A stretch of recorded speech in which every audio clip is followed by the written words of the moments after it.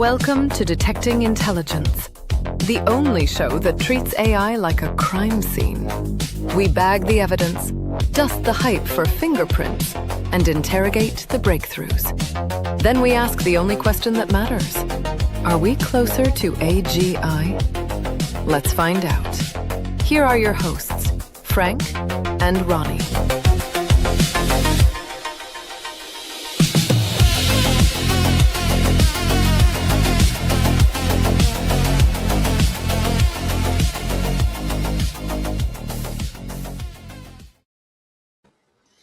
Morning, Ronnie. Good to see you today.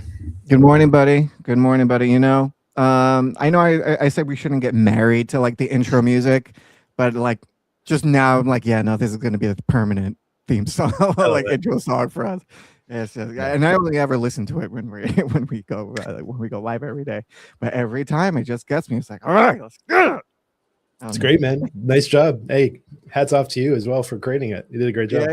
Yeah. No, thank you, and thank you to Suno for doing the heavy lifting there. But yeah. No, I think I chose a nice little banger there. But welcome, folks. This is a Detecting Intelligence. I am your host, Ronnie, aka Dr. Manhattan, and I'm joined by my co-host Frank, aka Frank Zuring. And like I said, this is Detecting Intelligence, and we are a daily live show that wants to bring you the latest in AI, AGI, and all that stuff.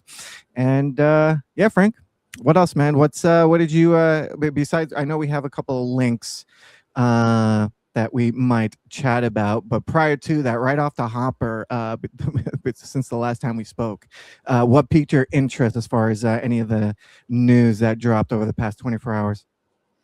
Yeah, I think there's a continuing narrative, it seems, where a lot of these large platforms are trying to go after other platform user bases. Yeah. We kind of are familiar with this spat, I guess you could say, between OpenAI and Anthropic, where Anthropic actually released a model or a system that said, bring your chats over from ChatGPT and use Claude with your chats. So one of the things that came out in the last few hours here, just yesterday, was Gemini is now jumping on the bandwagon to do that as well. And they've announced a new tool called Switching Tools. I might actually just share this up on the screen. I know we're kind of jumping right into it here, but it's kind of. I was gonna alert everyone and let them know that you and I are about to wing the crap out of this live show right now, because we got stuck talking about aliens before we got started, and Frank kind of just learned that I am a huge. I'm a self-proclaimed expert when it comes to UAPs and aliens, because I've been obsessed with this stuff since I was a child. But anyways, so maybe we might have to talk a little bit about that, since that was a pretty interesting chat before. Yeah, and also our do we have a name for our Detecting Intelligence clawbot? You know what? We don't yet. Maybe we need to figure that out too. Yeah. So this is just a quick little shot here. So just from our friends over at TechCrunch, they're highlighting what this is. Essentially, Gemini, or Google, announced yesterday that they've got the Switching Tools widget now that allows people to transfer memories, which I think is a really interesting piece. I had a really good conversation with a longtime friend of mine from the UK recently about switching to different models and trying to get him sold on coming over to OpenClaw, which I'm still a big fan of. But he had kind of said to me, "Listen, I've invested 2 years in conversing with ChatGPT, and I get it. I get that I can move this over to another platform, but I still feel like it's going to lose its essence of its understanding of who I am, or in the switching process, it's not going to have that essence. And then I've got 2 years worth of conversing or building a relationship, funny enough, with these tools that is lost." I don't know. I find it fascinating. What do you think? Well, all right. I think there is a flaw in the logic there. Okay, stuff might get lost in translation, but just because you're moving or you're porting over your life to a new platform, don't delete the old one until you know the new one is working well enough for you. So you might have to do double duty for, you know, however long you need to. But anyways, no, I caught this tool on Facebook before we got live today, and I was like, I thought it was great. Yeah, like I think every platform kind of needs this. Yeah. Because I swear, like every time there's a new, you know, product update, you know, Perplexity drops this and Claude drops that, and now OpenAI can do this, and now Gemini can tap into that. I'm like, damn, like I'm like, where do I move my life? You know what I mean? And Yeah. I feel like that's where, you know, so I'm kind of like, we're all doing that dance right now because we all want to use the best, you know, tools available that, you know, makes our life easier and do things better. So anyway, I mean, at least for me, I know it's annoying to probably for most people, but for me, it's kind of fun. Just to kind of, you know, test things out and compare and contrast. Still waiting for Apple, but it looks like, yeah, that's an interesting topic to talk about today too, though. yeah, and I mean, I don't know if I should just get used to how Gemini is operating right now, or if Apple is going to be a completely different animal as far as how it treats and, you know, does tasks in that ecosystem. But yeah. Yeah, I mean, we'll definitely get into that. I think that's a really newsworthy item to talk about. And actually, as we were discussing yesterday, a power play, I think, from Apple. But things like this tool that Gemini or Google has released is going to make it interesting. And I think in many ways, it's going to also liberate a lot of people from specific platforms and feeling like they have to stick with them. With Google, they're continuously leading the best model for largest context window as well too. So I think if any tool were to be able to capture the essence, as my friend said, of, you know, a couple of years of conversing with a tool, Google having a 2 million token context window is by far still the largest. Others are catching up, but you know, in theory, it should then be able to very quickly get an understanding of you know, that essence, as my friend said. And I believe, and correct me if I'm wrong, but I believe Codex just got access to Google. I didn't hear Google that. Apps. Okay. Yeah, I think yesterday Codex just got access to. I could be wrong, but I thought that was part of the update that dropped yesterday from Codex. I believe now Google Codex rather has access to Google Docs. So it's even funny too, because you think about Apple, and they struck a deal with Google for Gemini as well too, right? And now with the news we're going to talk about here shortly, that seems to maybe have been impacted or something's changed there. But if OpenAI has a deal with Google for accessing data through certain components, at some point it's just everyone's going to have access to everyone's data. You know what I mean? Like, it seems like there's just not going to be really any limitations, but I'm sure there's going to be still some walled gardens that we're not seeing yet. So I think, I mean, you know, do you think there'll always be, you know, and it'll probably be 10, 20 years down the road, if this were to ever happen. And what I'm about to say is, like, is it possible that maybe Apple and, you know, and OpenAI, for example, but maybe, or maybe Apple and Google just be kind of merge and become some sort of conglomerate company? Just because they're so intertwined, or maybe that's not necessary, and they're, you know, I mean, they're doing just fine right now. But I just but because of to your point, it's just, yeah, they all have our data, they're all exchanging it.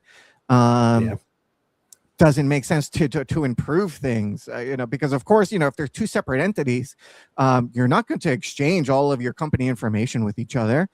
But if you're one company, you might, and now you have each other's, you know, industry secrets, and now you're that much more powerful. I don't know, probably not, but anyway, it was just a thought bubble I wanted to pop there. I'll be right back. I get some water. But yeah, you never know, man. This timeline we're living in, it continues to amaze me. So I wouldn't rule it out entirely. Right. Yeah, I wouldn't rule it out either, because, you know, now forever I thought Google was going to be the top dog when it came to search engines. I'm like, yeah, who the hell is going to come out and top Google? And now we have more than a few challengers. Are you still using Google as much as you once were? Or are you using AI? I do because I use ChatGPT Atlas. So when I'm typing stuff in the search bar, it defaults to ask to have ChatGPT get the response. But it actually it takes a few splits of a second longer than it does a Google search. And I'm talking, and I'm only just kind of thinking about that right now because I'm only talking about like milliseconds faster, and that's why. So when I'm typing something, I have to hold the command enter, so it'll search Google instead. So I still search Google, but I use it via ChatGPT Atlas, really just because it's milliseconds faster. Right.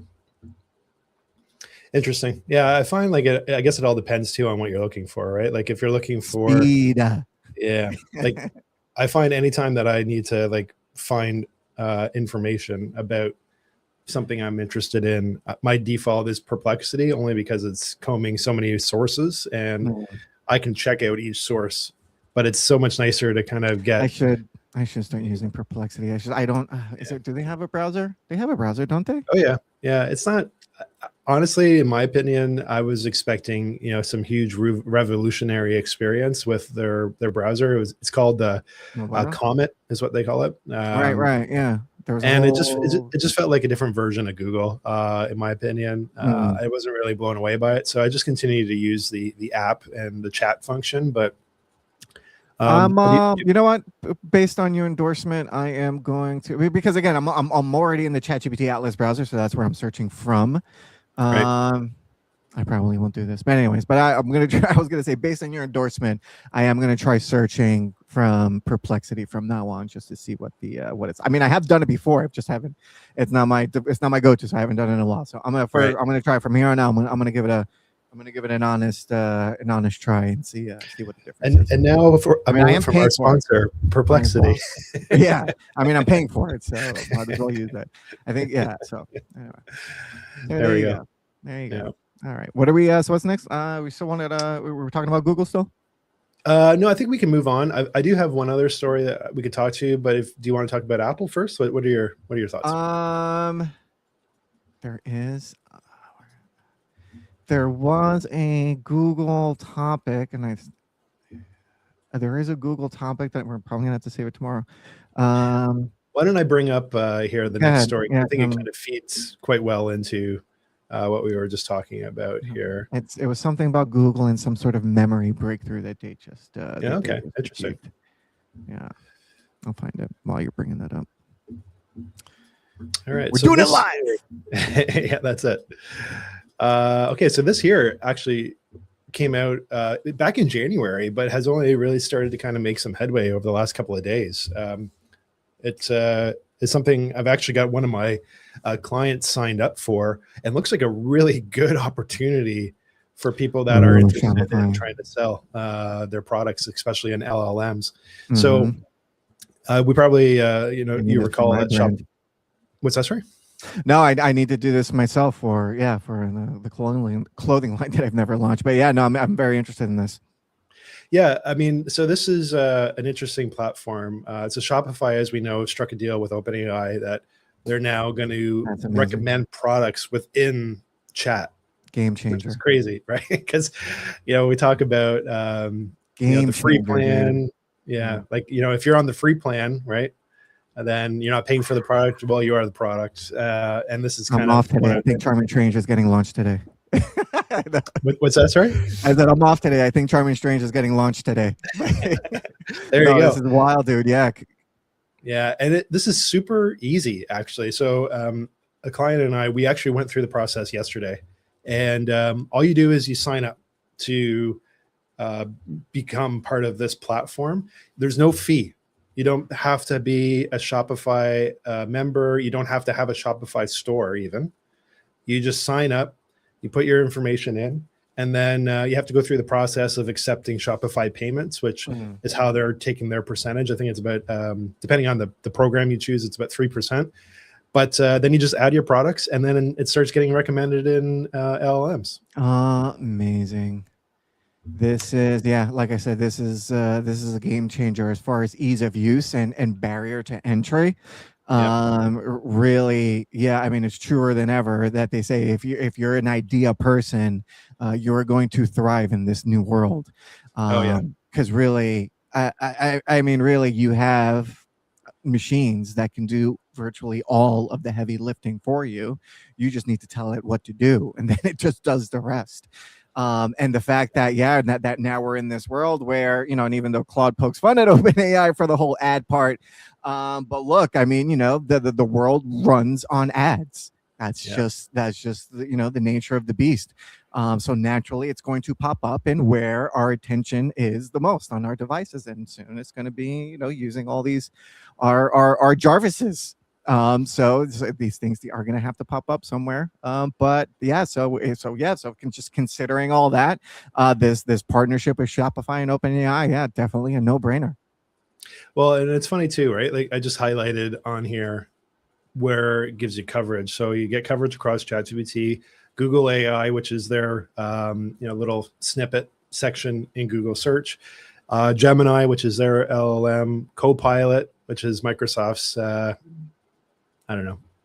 lacking tool, and then Perplexity. So you're getting quite a lot of coverage. But as you mentioned, the one that's absent is Claude, and I think it's because they've taken a very different stance on how they want to position themselves, which really good for them. Like, I mean, if that's the stance they want to take, they want to build a business outside of these monetization models that have, as you said, been a part of the digital space now for quite some time. I mean, I'm for it. I'd love to see how that experiment plays out. Because the one thing that they poked fun at with their ads was that as you're chatting, you're going to get these recommendations that maybe aren't specifically aligned with what you're asking for. But and I mean, it's AI. AI is going to be smart enough, I think, to recommend the right product at the right time. It was a lame attempt, but yeah, you had to make it. Maybe I would have done something differently or better. But I get it. Yeah, exactly. It's going to be better than that. I mean, come on. Yeah. So I'm super excited about this. So the one client that I've kind of worked with to get this installed yesterday, we've just uploaded 55 products to this profile, and I'll continue monitoring. Maybe it'll be something I can report back on next week and share with the group here what we've kind of seen in regards to exposure of the products. Because one thing I will say with Shopify that I've always been very impressed with is that they've got a great dashboard for understanding where traffic is coming from. So the fact that it's called the agentic plan and it's only to recommend your products in AI, be interested to see. Yeah, I know. I'm personally speaking, of course, but I think a lot of other people too would probably get a lot of value from learning more about this. It's just because look, I mean, the job market out there is not it's not the healthiest right now, and just given what's going on everywhere, it doesn't look like it might be getting better anytime soon. And really, and a lot of smart people that are a lot richer than I am because I'm poor are saying that entrepreneurship is really going to be the option and possibly the only option for a lot of people. And that's just the fact of the matter in the situation that we're kind of in right now. On that note, that's the one interesting thing that I see debated about OpenClaw the most online is that there's a lot of people that are very excited about OpenClaw that have the mind for creativity. And I say the mind for creativity because I don't believe everybody has it. I think that it's something that some people have the ability to kind of think and see connections, places that others don't, and opportunities, and be creative. And others are more just able to consume, and there's no like right or wrong, I think, on either end of it. But the thing that is interesting with this is that OpenClaw really gives everyone the ability to do a bunch of stuff. Is that on your side? That noise? Yeah, there's okay. All right. Somebody screaming in the hallway here. Oh, good. I'm like, what the hell? I should. Yeah, I was hoping you couldn't hear that, but unfortunately, it sounds like. Okay, no, that's fine. So I need to give him a dirty look. Anyway, yeah. So as you can tell, it was probably distracting me a little bit even too. I interrupted. Sorry. No, it's all good. So I was just going to say, like with OpenClaw, you have this crazy ability to be able to do a lot of things. And people are asking, like, what are you doing with your OpenClaw? Like, is it actually doing anything productive? And it's like, well, yeah, like it's doing amazing things for me. Yeah, sorry, it's still very loud here. No, I can't. No, I didn't hear much. Okay. Yeah. And then, with OpenClaw, the nice thing is it can do like so many different things, but people are struggling to see the value because they have a struggle to figure out what they could actually do. Like, and I don't think that's a lack of the technology being able to do things. I think that's more of a creativity. Creativity, imagination issue. Yeah. And even Alex Finn, he's a big promoter of OpenClaw. If you follow his content, he gets a lot of flack. Highly recommend you do, but us as well. Yeah. No, he's a great guy. But he gets a lot of flack on his posts about like, show me how this is actually doing anything for you. It's like, bro, like look at Creator Buddy. This is my company. It's doing 300,000 MMR, and it's just, he built that before OpenClaw, but he's having his OpenClaw bots improve it and add features and stuff to retain those customers, because you want, if you're subscribing to something or paying for something, it would be nice, especially if we're talking about software, but probably things in general, but specifically software, you'd like to have, getting updates and new bells and whistles feels nice and good. It's like, all right, great, here, take my money again this month. You know what I mean? Yeah, totally. Yeah, absolutely. So anyway, I think it's just interesting when you look at just all the ability that we have now. That's going to be the only unlock is your creativity, or the only block, I should say, is your own creativity. So. And let's be even more specific, because creativity really isn't an issue anymore, because you can just pop up Claude or ChatGPT and ask it for ideas. So let's just say organic creativity. That's what you might be lacking. Human creativity. What's that? Human creativity. What is it? It's non-biologic intelligence. Right. Now I think non-human intelligence. And now we can say it's human intelligence. We'll come up with it and we'll make it a t-shirt and you guys will buy it. So there we go. Anyway, I did plan on Shopify. All right, it's too soon. Let's we haven't really publicly, I guess, launched yet before we start selling merch, or maybe we just should. Who knows? Who are we to tell people that they can't buy a shirt that says detecting intelligence on it in a really cool, funky style? If they want to pay $25-$30, why should we stop them, Frank? What's your problem? We shouldn't stop them. And I think we have a good partner company, I've heard, that could do the shirts for us too. So. Oh, you bastard! You had to slip that in there. But yes, you're not wrong. But anyway, did you have? Do you have something in the hopper here? No, that can be removed. So you go ahead. I found the thing. It took me out of there. Okay, here it is. So. All right, I'm going to skip out of here because I need to read this, but I found the thing. Yeah, so Google research. So I'm just going to read it for the folks listening.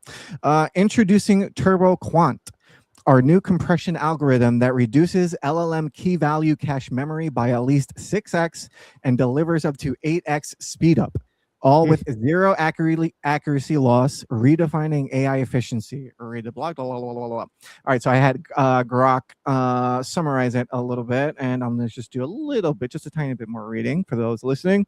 I think, okay, well, I'll read this through. Turbo Quant compresses LLM key value cache using polar quant for geometry aligned vector. I don't know what any of this means, folks. So I'm with you. You need a PhD to read this, I think. Yeah, I should have asked for a casual explanation. I'm just going to read the last bit. This breakthrough lowers AI inference costs by fitting longer contexts on consumer hardware, potentially saving billions in data center expenses while boosting local LLM viability on devices like laptops. Now think about what we just said between the partnership with Apple and Google. So that's all right. Your initial thoughts on this, Frank, because you probably just heard about this for the first time. What are your how do you feel about this? This exact article, actually, I fed to my OpenClaw yesterday. Maybe that's what broke it. I said, listen, how can we utilize this to have a local model that is compacted and that can be run, right? it said that it's still very experimental and that there isn't really a benefit yet. But I mean, this is huge. We look at, trying to also compact some of these processing capabilities.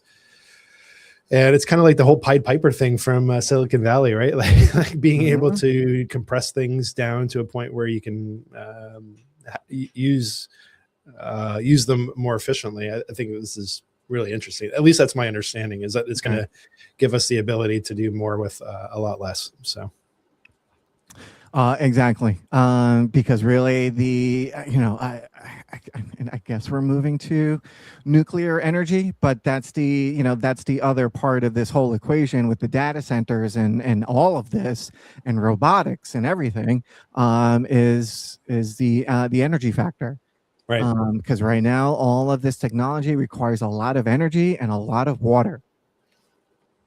Yeah, I think this is kind of just the very natural path of technology in general, right? Like if we look back to like the 40s and the 50s and the 60s, and these calculating devices were like the size of like rooms, right? And now, we often hear that the processing capabilities we have in our phones is equal to the processing that got people to the moon, right? So if you look at, like, we're continuously trying to like compress and reduce the footprint of these advancements in technology, and knowing that energy is one of the major blockers, especially for the topic we're talking on with AGI, and that even like people like Eric Schmidt, the ex lead of Google, has said like we need to be building power plants and have access to more energy, and that's the only way we're going to be able to achieve AGI. Well, I think the first step is we got to make sure it's as compact and efficient as possible. And then we can see the true picture as to what is the energy requirements for that. So I think this is just part of the natural evolution of technology that we've kind of been on for decades now. Yeah, I agree. And I mean, I know we're kind of highlighting this one specifically now, and we'll be highlighting others as they happen. But it's just for the last year or so, I mean, there's just like every other day or every couple of weeks, there's like a major breakthrough in something, thanks to AI or quantum computing, and we're seeing it in all different types of industries, of course.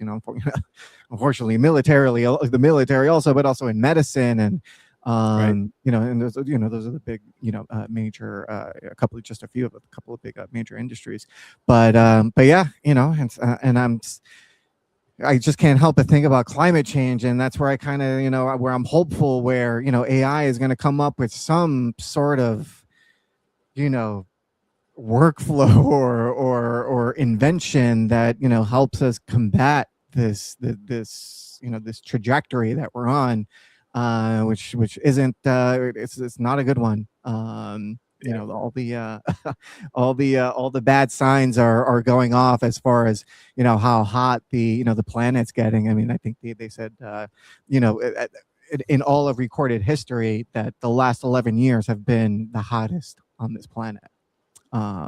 So yeah, I think I've even heard recently that we're in for a super El Nino maybe this year as well too. Which no, I didn't catch that. We are. Yeah, apparently it's going to mean even hotter summers. So we'll see.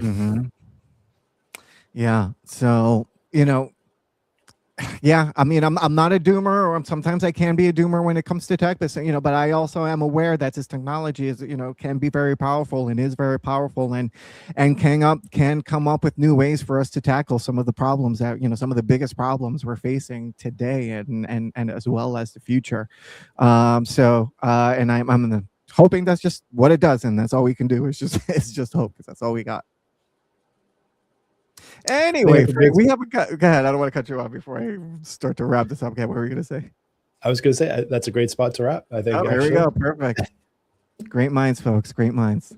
Yeah, that's it. We're on the same page here. We're creeping up on 30 minutes, and but I know. Did we want to talk about aliens for a tiny bit, or no?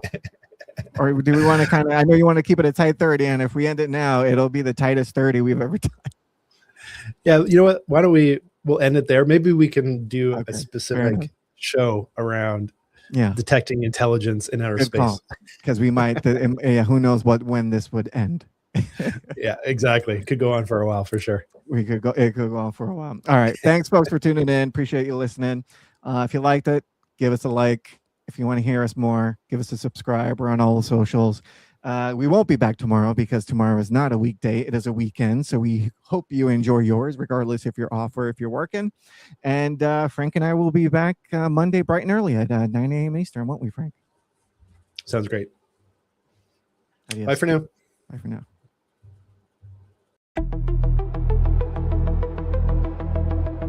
Today's evidence is logged.